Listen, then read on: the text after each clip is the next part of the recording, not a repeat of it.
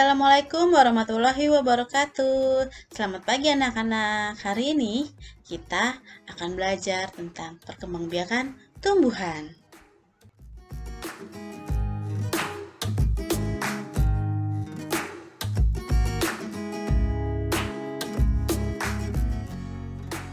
Perkembangbiakan tumbuhan ada yang secara vegetatif dan ada yang secara generatif. Perkembangbiakan tumbuhan secara vegetatif yaitu perkembangbiakan tumbuhan tanpa melalui perkawinan.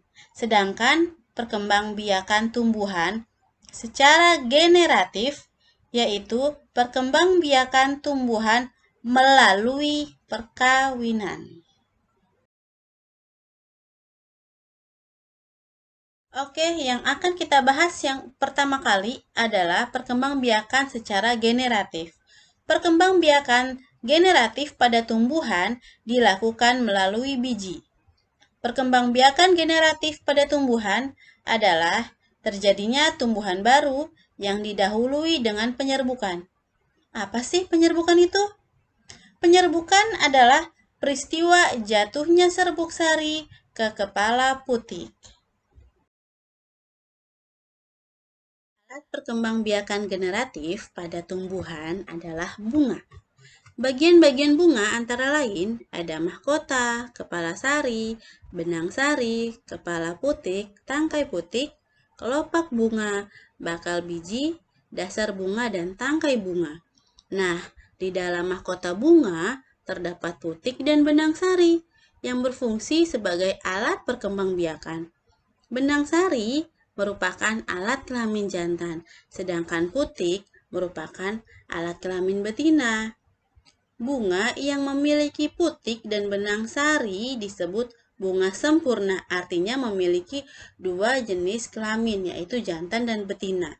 Sedangkan bunga yang hanya memiliki satu saja jenis sel kelamin disebut bunga tidak sempurna. Penyerbukan adalah jatuhnya serbuk sari ke kepala putik. Penyerbukan dapat terjadi melalui perantara angin, air, hewan, maupun manusia.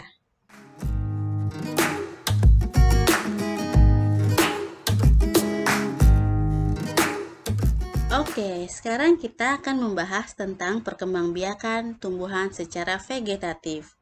Jika kalian masih ingat, perkembangbiakan tumbuhan secara vegetatif adalah perkembangbiakan tumbuhan tanpa melalui proses perkawinan. Nah, perkembangbiakan vegetatif ini dibagi menjadi dua, yaitu vegetatif alami dan vegetatif buatan. Sekarang kita akan membahas tentang perkembangbiakan vegetatif secara alami. Contohnya yang pertama adalah umbi lapis.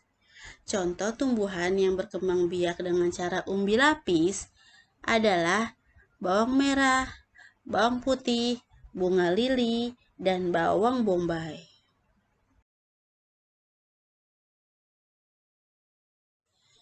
Yang kedua, umbi batang. Contoh tumbuhan yang berkembang biak dengan umbi batang adalah kentang dan ketela rambat. Yang ketiga, geragi. Contoh tumbuhan yang berkembang biak dengan geragi adalah stroberi, rumput teki, tanaman arbei, pegagan, dan semanggi.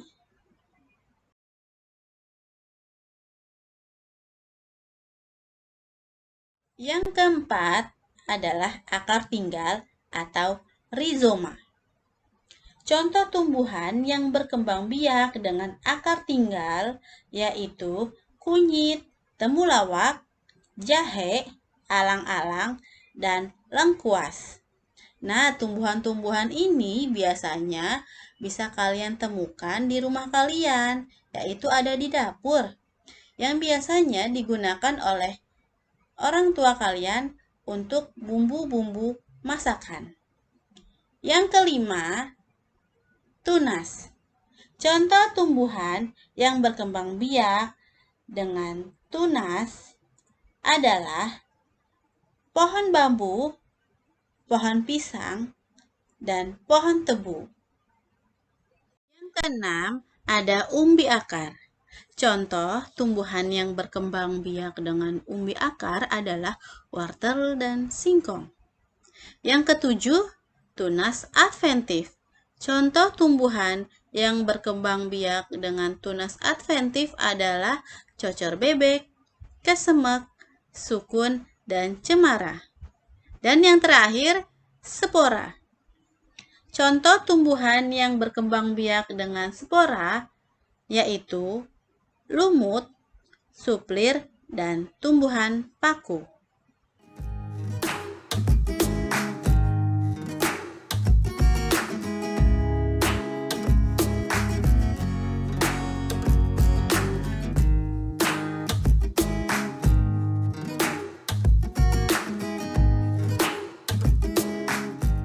Nah, setelah kita tadi membahas tentang vegetatif alami, sekarang kita akan membahas tentang perkembangbiakan vegetatif buatan. Perkembangbiakan vegetatif buatan adalah perkembangbiakan yang terjadi karena adanya bantuan manusia. Perkembangbiakan vegetatif buatan terdiri dari mencangkok, stek, merunduk, dan menyambung.